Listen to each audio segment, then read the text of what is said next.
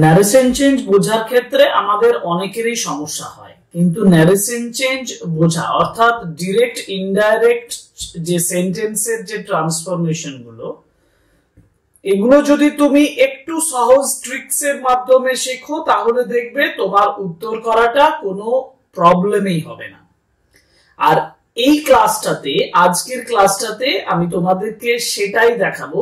10টা এক্সাম্পল দিয়ে আমি তোমাদেরকে 10 এক্সাম্পলস অর্থাৎ 10টা উদাহরণ করাবো, এবং এই 10টা উদাহরণ থেকে তোমার ন্যারেশন চেঞ্জ অর্থাৎ চেঞ্জ অফ স্পিচ, যেটা গ্রামারের সবথেকে জটিল অংশ বলে তোমার মনে হয়, সেটা ইজিলি সলভ হয়ে যাবে। আমি তোমাকে বলতে পারি যে তুমি মন দিয়ে এই ক্লাসটা প্রথম থেকে শেষ পর্যন্ত ফলো করো, আর 10টা এক্সাম্পল আমি কিভাবে সমাধান করছি সেটা দেখে নাও। দেখার পরে তুমি নিজেই বলবে যে স্যার আমি ন্যারেশন চেঞ্জ শিখে গেছি। So welcome to English Edition channel, and today's class is on the tricky way to learn about narration change.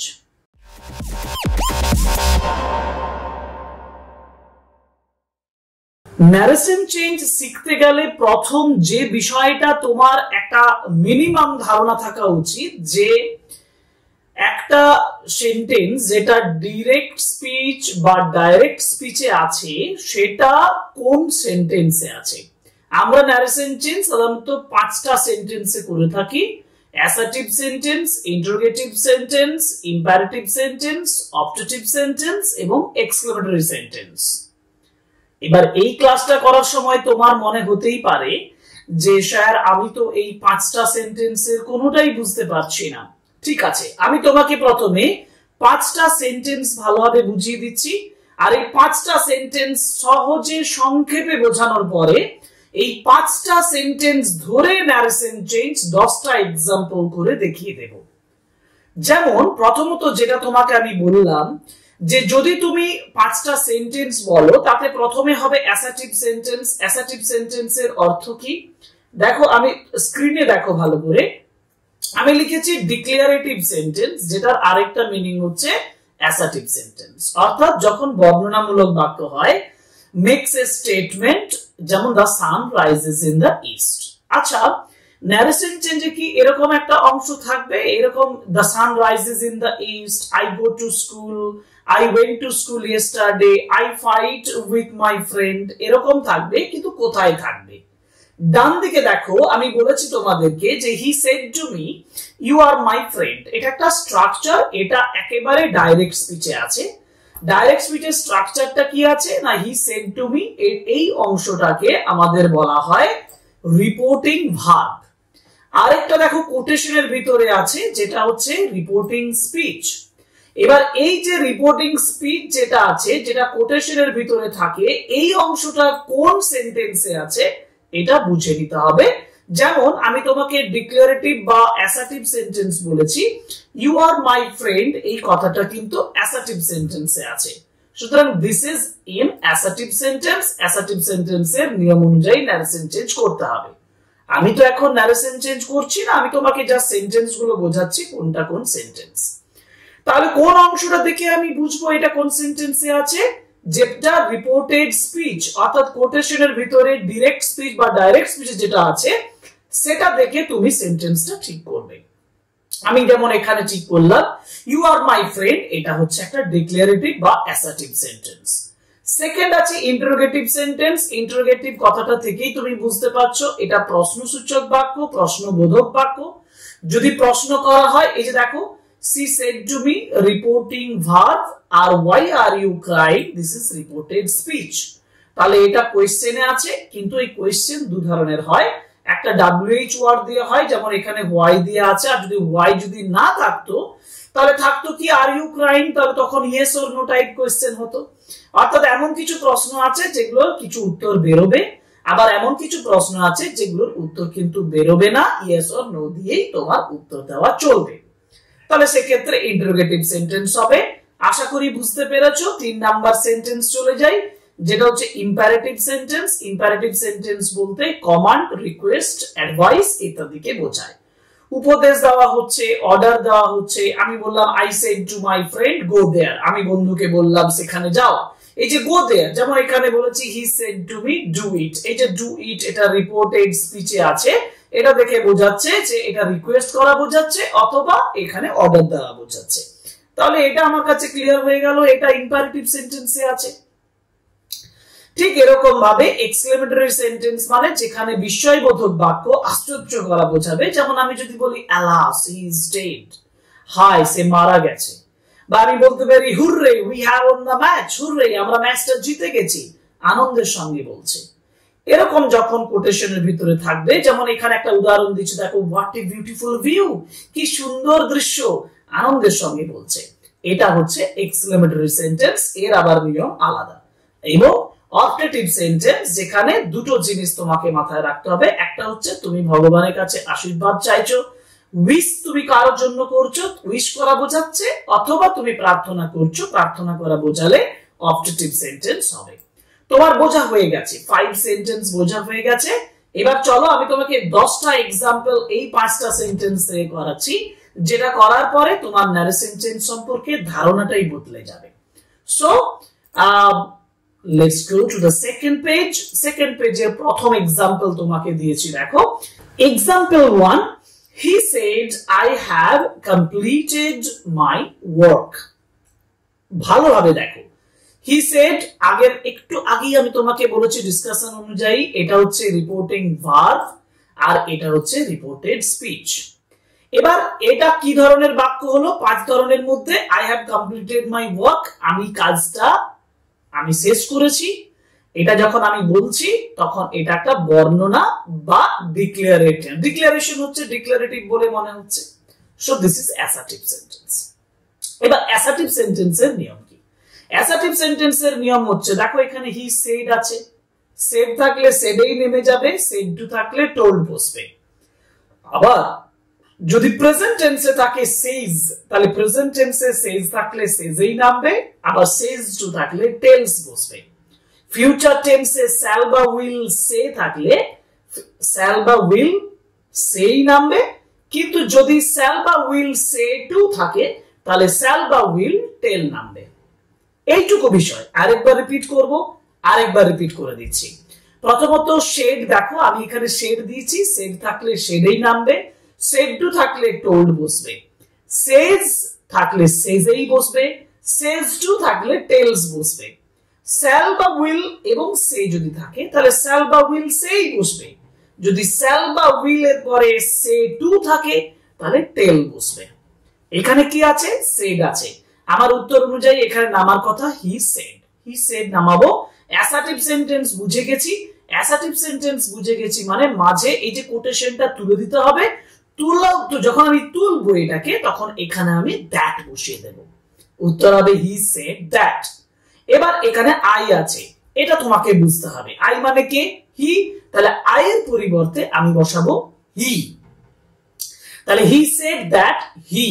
এবার এটা আছে হ্যাভ, কিন্তু এই যে বাইরে রিপোর্টিং ভার্বটা যে টেন্সে থাকে এই চেঞ্জটাও ওই টেন্সেই হবে। এখানে সেড আছে মানে পাস্ট টেন্সে আছে, তাহলে হ্যাভটা হয়ে যাবে had. He said that he had completed, মাইটা হয়ে যাবে হিজ ওয়ার্ক। অতএব আনসারটা দেখে নিই ফাইনাল, সেটা হচ্ছে হি said that he had completed his work. এটা অ্যাসার্টিভ সেন্টেন্সের একটা এক্সাম্পল। অ্যাসার্টিভ সেন্টেন্সের সেকেন্ড এক্সাম্পল, আচ্ছা আমি তো বললাম যে যেটা কোটেশনের ভেতরে অর্থাৎ রিপোর্টেড স্পিচ যেটা আছে সেটা রিপোর্টিং ভার্ব অনুযায়ী চেঞ্জ হবে, কিন্তু এখানে আমি একটা এক্সাম্পল দিয়েছি যেখানে কিন্তু এই চেঞ্জটা হবে না। এখন কিভাবে হবে না? ধরো she said honesty is the best policy. এখন এটা দেখতে হবে honesty is the best policy এই কথাটা যদি চিরন্তন সত্য কথা হয় বা এই কথাটা যদি নিয়মিত অভ্যেস বোঝায় তাহলে কিন্তু এই চেঞ্জটা করা যাবে না, সেটা টেন্স অনুযায়ী যেভাবে আছে সেভাবেই বসবে। যেমন honesty is the best policy, এটাকে আমি পাস্টে করে দিলে এখন আর honesty is the best policy এটা তো হবে না, অর্থাৎ যেমন আছে সেরকমই বসাবো, আনসারটা হয়ে যাবে she said that honesty is the best policy. এভাবে যদি থাকতো she said that I wash my hands daily, আমি বলতাম she said that she washes her hands daily, আমি কিন্তু চেঞ্জটা পাস্টে করতাম না, she washes রেখে দিতাম, কারণ নিয়মিত সেটা সে করে। এটা অ্যাসার্টিভ সেন্টেন্সের দুটো এক্সাম্পল, যেটা থেকে তুমি অ্যাসার্টিভ সেন্টেন্সের বা ডিক্লারেটিভ সেন্টেন্সের যে কোনো কোয়েশ্চেন এবার তুমি অবলীলায় করে দেবে। এরপরে আমি কোয়েশ্চেন নাম্বার 3 তে তোমাদেরকে দিয়েছি আরেকটা এক্সাম্পল, সেটা হচ্ছে the teacher said to me have you finished your homework. লাস্টে দেখো একটা ইন্টারোগেটিভ মার্ক আছে, একটা কোয়েশ্চেন প্রশ্ন করার চিহ্ন আছে, মানে জিজ্ঞাসাসূচক চিহ্ন। এই জিজ্ঞাসাসূচক চিহ্নটা যখনই দেখবে তুমি বুঝে যাবে এটা একটা ইন্টারোগেটিভ সেন্টেন্স। আর ইন্টারোগেটিভ সেন্টেন্সের দুটো ভাগ বলেছিলাম, একটা yes or no type question আর একটা হচ্ছে WH কোশ্চেন। এটা দেখে তোমার কি মনে হচ্ছে, ইয়েস অর না WH? Have you finished your homework আছে, অতএব এখানে WH এর কোনো চিহ্নই নেই। ইয়েস অর নো উত্তর দিয়ে আমি সুন্দর এটাকে চেঞ্জ করতে পারবো, তাহলে আমার এটা yes or no type question. কেন আমি এই কথাটা বললাম, কারণ ইয়েস অর নো টাইপ কোশ্চেনের ক্ষেত্রে তোমার নিয়মটা, রুলসটা একটু আলাদা, WH এর ক্ষেত্রে আলাদা। আগে ইয়েস অর নো টাইপ যেটা এক্সাম্পল দিচ্ছি সেটা বুঝিয়ে দিই। The teacher said to me, teacher said to me, আমি কি বলেছিলাম, অ্যাসার্টিভ সেন্টেন্সে said to থাকলে told বসাতে, এটা ইন্টারোগেটিভ হয়ে গেছে, এটাতে ইন্টারোগেটিভ সেন্টেন্স আছে। এখানে said to থাকলে চোখটা মুজো আর তুমি লিখে দাও asked।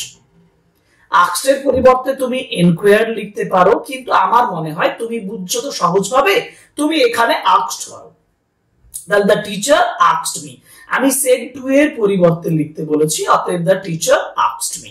Clear? the teacher asked me। এবার আমি তো এখানে দেখে নিয়েছি যেটা একটা yes or no type question. যদি yes or no type question থাকে তাহলে এইখানে যেখানটায় কোটেশনটা তুলছি এই জায়গাটায় আমি যখন ইনডাইরেক্ট স্পিচ করতে যাচ্ছি, মানে ন্যারেশন চেঞ্জ করতে যাচ্ছি, আমি এখানে দুটো জিনিস আনবো, হলে ইফ আনবো নইলে ওয়েদার আনবো। অতএব ইফ বসাই, আমি যে কোনো একটা বসাবো, তো ইফ বসাই, ইফ বসালাম।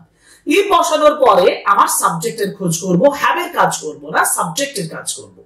এই যে বলছে হ্যাভ ইউ ফিনিশড, মানে ইউটা কে, ইউটা আমাকে বলছে, মানে ইউটা আই হয়ে যাবে, তাহলে ইফ আই। এবার ভার্বের কাজ করব, হ্যাভ আছে দেখো। এবার বাইরে কোন টেন্স আছে, রিপোর্টেড, মানে রিপোর্টিং ভার্ব যেটা পাস্টে আছে, তাহলে হ্যাভ হয়ে যাবে হ্যাড। তাহলে ইফ আই হ্যাড ফিনিশড, ইওরটা হয়ে যাবে মাই হোমওয়ার্ক, কারণ আমাকে বলছে ইওর হোমওয়ার্ক, অর্থাৎ আমার হোমওয়ার্ক মানে মাই হোমওয়ার্ক। ক্লিয়ার? তাহলে আনসারটা ফাইনাল দেখে নিই। আনসারটা হচ্ছে the teacher asked me if I had finished my homework. হয়েছে? ওকে, এবার এক্সাম্পল নাম্বার 4 বলেছে he said to his friend, সে তার বন্ধুকে বলেছিল হোয়ার আর ইউ গোয়িং। আমার প্রশ্নটা হচ্ছে where are you going, WH question, তাই না? তুমি মনে মনে ভাবছো স্যার এটা তো WH কোয়েশ্চেন, কারণ এখানে দেখো হোয়ার আছে। যদি WH কোয়েশ্চেন হয়, ইয়েস অর নো টাইপ কোয়েশ্চেনের ক্ষেত্রে আমি ইফ বা ওয়েদার এনেছিলাম, WH কোয়েশ্চেনের ক্ষেত্রে যে WH ওয়ার্ডটা রিপোর্টেড স্পিচে আছে সেই WH ওয়ার্ডটাই নিয়ে আসবো। যেমন he said to my friend where are you going, আমি আবার একই রকম ভাবে লিখবো হি আস্কড হিজ ফ্রেন্ড, কিন্তু কোটেশন যেখানে তুলছি এখানটায় হোয়ার কথাটাই বসাবো, আমি বসাবো হোয়ার। এবার আমি কাকে বলেছি, কাকে বলেছিল, তার বন্ধুকে বলেছিল, হিজ ফ্রেন্ড, মানে এই যে ইউটা হচ্ছে হিজ ফ্রেন্ড, অতএব আমি বসাবো হি। কিন্তু এই দুটো হি, দেখো প্রথমেও হি আছে আর ওখানেও ইউটা হি হয়ে যাচ্ছে, বোঝা যাবে না যে হিটা কি, তখন আমি মানে ব্র্যাকেটের মধ্যে স্পেসিফাই করে দেব যে হিজ ফ্রেন্ড। তাহলে হোয়ার হি, এবার আর আছে, হি এর পরে তো আর হয় না, ইজ হয়, কিন্তু বাইরে রিপোর্টিং ভার্বে কি আছে, সেড আছে, মানে পাস্ট টেন্স, তাহলে তখন করতে হবে হি ওয়াজ ডুইং। ফাইনাল আনসারটা দাঁড়াচ্ছে এরকম যে হি asked his friend where he was going. দুটো সেন্টেন্স দেখলে, একটা হচ্ছে অ্যাসার্টিভ সেন্টেন্স আর একটা হচ্ছে ইন্টারোগেটিভ সেন্টেন্স। এর পরের সেন্টেন্স ক্লিয়ার করি, এর পরের পেজে যাই। Example fine. এক্সাম্পল 5 এ আমি দিয়েছি the doctor said to the patient take this medicine regularly. কোটেশনের ভিতরে একটা কথা বলা আছে, দেখো take this medicine regularly. Doctor যখন পেশেন্টকে বলেন তখন কি দেন? অ্যাডভাইস দেন, তো উপদেশ দেন। অ্যাডভাইস, অর্ডার, রিকোয়েস্ট বোঝালে কি সেন্টেন্স? Imperative sentence. ইম্পারেটিভ সেন্টেন্সের নিয়মটা বাকি আগের দুটোর থেকে আলাদা। কিভাবে আলাদা? এই যে দেখো শেড টু আছে, আমার এখানে রিপোর্টিং স্পিচে মানে রিপোর্টেড স্পিচে যে সেন্সটা কাজ করছে সেই সেন্সটাকে আমি এই শেড টু এর জায়গায় লিখবো। আমি এখানে কি সেন্স করলাম? অ্যাডভাইস। অ্যাডভাইসের ভার্ব ফর্ম হচ্ছে এডিভিআইএসই, সিই নয়, সিটা হচ্ছে নাউন। এডিভিআইসিই হলে নাউন হয়, উপদেশ হয়। আর এডিভিআইএসই অ্যাডভাইস মানে উপদেশ দেওয়া। দ্য ডক্টর সেড টু থাকলে দ্য ডক্টর কি হবে? Advised, A D V I S E. The doctor advised the patient. হয়ে গেল। ইম্পারেটিভ সেন্টেন্সের যে জায়গায় আমি কোটেশনটা তুলবো এখানে যেটা বসাবো সেটা হচ্ছে টু। কি বসাবো? টু। আর ইনফিনিটিভ টু হিসাবে ব্যবহার হচ্ছে এটা, যখনই টু বসাবো আমি ভার্ব খুঁজে বেড়াবো। ভার্ব কোথায়? টেক। তাহলে টু টেক দিস মেডিসিনটা, দিসটা চেঞ্জ হয়ে হয় that. To take that medicine regularly. Final আনসারটা দাঁড়ালো the doctor advised the patient to take that medicine regularly. Clear? আরেকটা এক্সাম্পল দিই। এক্সাম্পল 6 এ বলেছি the commander said to the soldiers march forward. Commander সোলজারদেরকে কি দেবে? অর্ডার দেবে।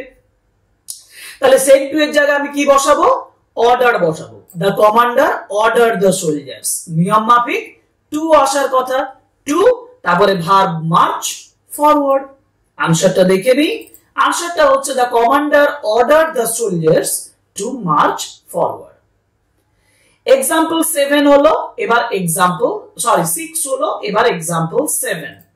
দেখো এক্সাম্পল 7 যখন আমি বলছি, এক্সাম্পল 7 এ যে সেন্টেন্সটা দিয়েছি সেটা হচ্ছে he said what a beautiful painting it is। দেখো এটা একটা এক্সক্লেমেটরি সেন্টেন্স, কারণ এই যে দেখো এক্সক্লেমেটরি মার্ক আছে, এটা দেখে চিনে নেবে। আর what a beautiful painting it is যেটা বলেছে, অর্থাৎ কি সুন্দর পেইন্টিং, আশ্চর্য বোঝাচ্ছে না? এক্ষেত্রেও নিয়মটা আলাদা। যখন এক্সক্লেমেটরি আমি বুঝে যাব তখন দেখবো এটা আনন্দের সঙ্গে বলছে না দুঃখের সঙ্গে বলছে না খুব আশ্চর্য হয়ে বলছে। এটা আশ্চর্য হয়ে বলছে বা আনন্দ, দুটোই লিখতে পারো। ধরো আশ্চর্যের সঙ্গে আমি বলবো বা আনন্দের সঙ্গে, দুটোই বুঝিয়ে দিচ্ছে।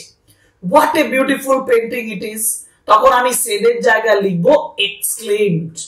তাহলে হি এক্সক্লেমড। কিন্তু আমি যে বললাম সেন্সটা কেমন, আনন্দের সঙ্গে উইথ জয় বলতে পারো বা ইন ওয়ান্ডার বলতে পারো, বা হি এক্সক্লেমড ইন ওয়ান্ডার বা হি এক্সক্লেমড ইন জয়, এটা লিখবে। তারপরে তারপরে তারপরে এই কোটেশন যেখানে উঠছে ওখানে দ্যাট বসিয়ে দাও। তাহলে হি এক্সক্লেমড ইন জয় বা এক্সক্লেমড ইন ওয়ান্ডার দ্যাট। এবার এটাকে চেঞ্জ করতে হবে, এই হোয়াট ফর্মটা রাখা চলবে না, বলতে হবে সাবজেক্টটাকে নিয়ে। যেমন ইট ইজ আছে, এটা বসাবো it was a very beautiful painting. Right answer হবে যে হি এক্সক্লেমড উইথ অ্যাডমিরেশন। আমি একটু আলাদা করে জটিল করে বলেছি, তোমরা আমি যেটা বললাম সেটাও লিখতে পারো। হি এক্সক্লেমড উইথ অ্যাডমিরেশন, প্রশংসা, বা উইথ জয় বা উইথ ওয়ান্ডার বা in wonder that it was a very beautiful painting. Clear হয়েছে? এবার এক্সাম্পল 8। এক্সাম্পল 8 এ বলেছি the boy said alas I have lost my pain। দুঃখে বলছে alas I have lost my pain। তখন এখানে said এর জায়গায় আমি বলবো exclaimed in sorrow। the boy exclaimed in sorrow। তারপরে বসাবো এখানে এই কোটেশনটা তোলার জন্য that। that বসানোর পরে I মানে কি? the boy মানে হি হ্যাডটা হয়ে যাবে হ্যাড, কারণ বাইরে কোন টেন্স আছে? পাস্ট টেন্স আছে। তাহলে he had lost my pen হয়ে যাবে হিজ পেন। তাহলে আনসার কি দাঁড়ালো? আনসার দাঁড়ালো the boy exclaimed with sorrow that he had lost his pen.